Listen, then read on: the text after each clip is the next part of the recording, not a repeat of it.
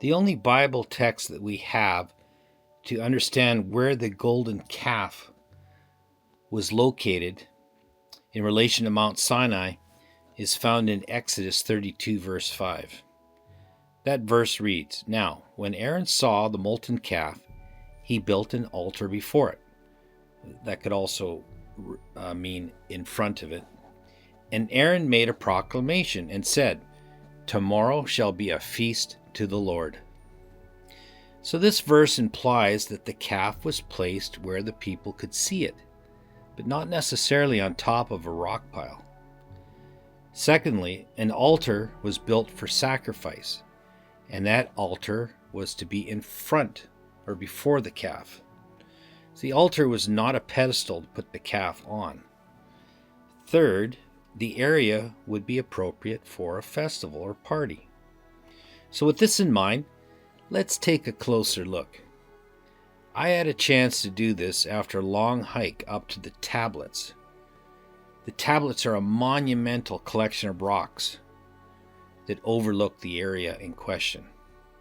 I was relieved to make it back to my SUV.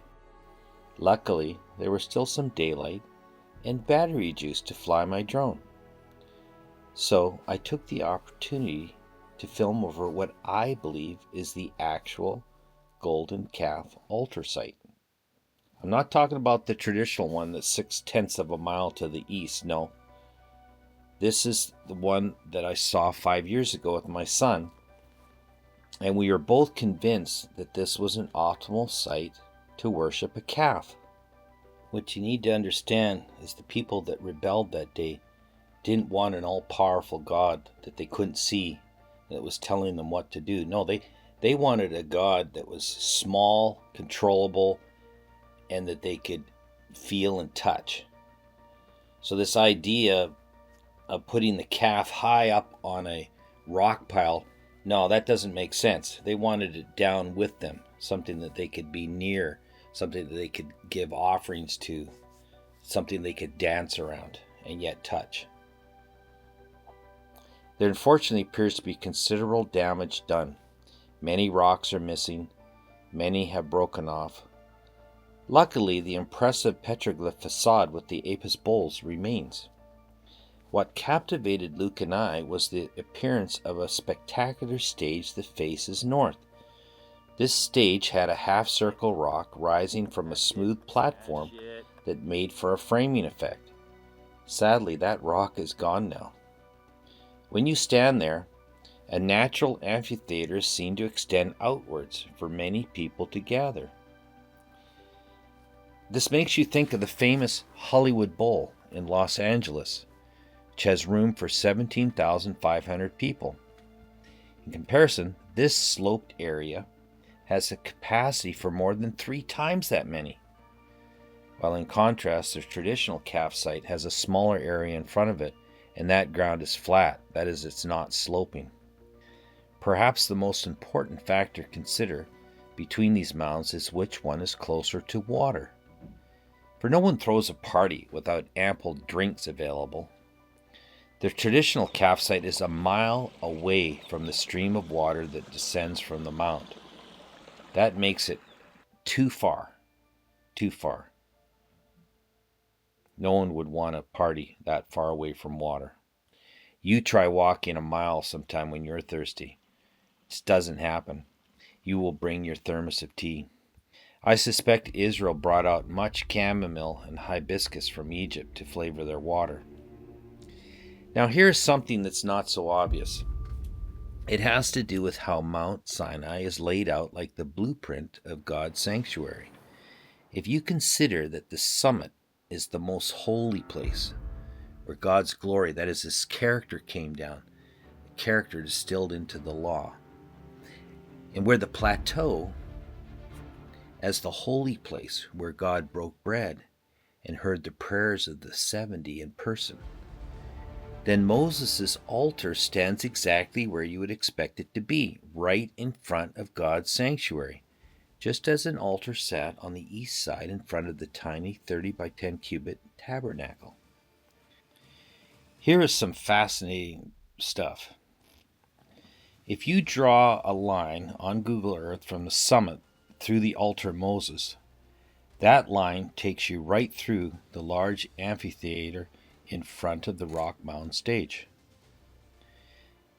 The one here where I'm desperately trying to draw attention to it as the golden calf site.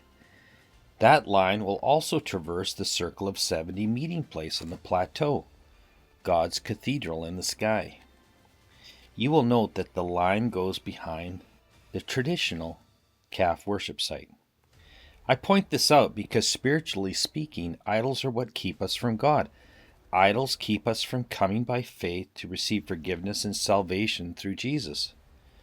The wild heathen mixed multitude took that calf and put it in front of God's holy mountain, an act that God specifically forbade when he spoke the first 2 commandments several weeks earlier. Aaron, a people pleaser, sadly helped these pleasure seekers to position the idol at the entrance to the holy precinct. If they put it any closer to the mountain, then Exodus 19 verses 12 to 13 tells us that the Levites would then have had reason to shoot them through with arrows or rain down stones. So let's review why this is a preferable site. Number 1, it is close to the water, both for drinking during the revelry and drinking afterwards, when repentant Israel had to drink the same water, but mixed with the entire calf ground up. Number 2, it forms a natural stage with lots of room that allowed over 30,000 people to be close to the evil festivity. Number 3, it is located at the entrance of the symbolic sanctuary in front of the mountain.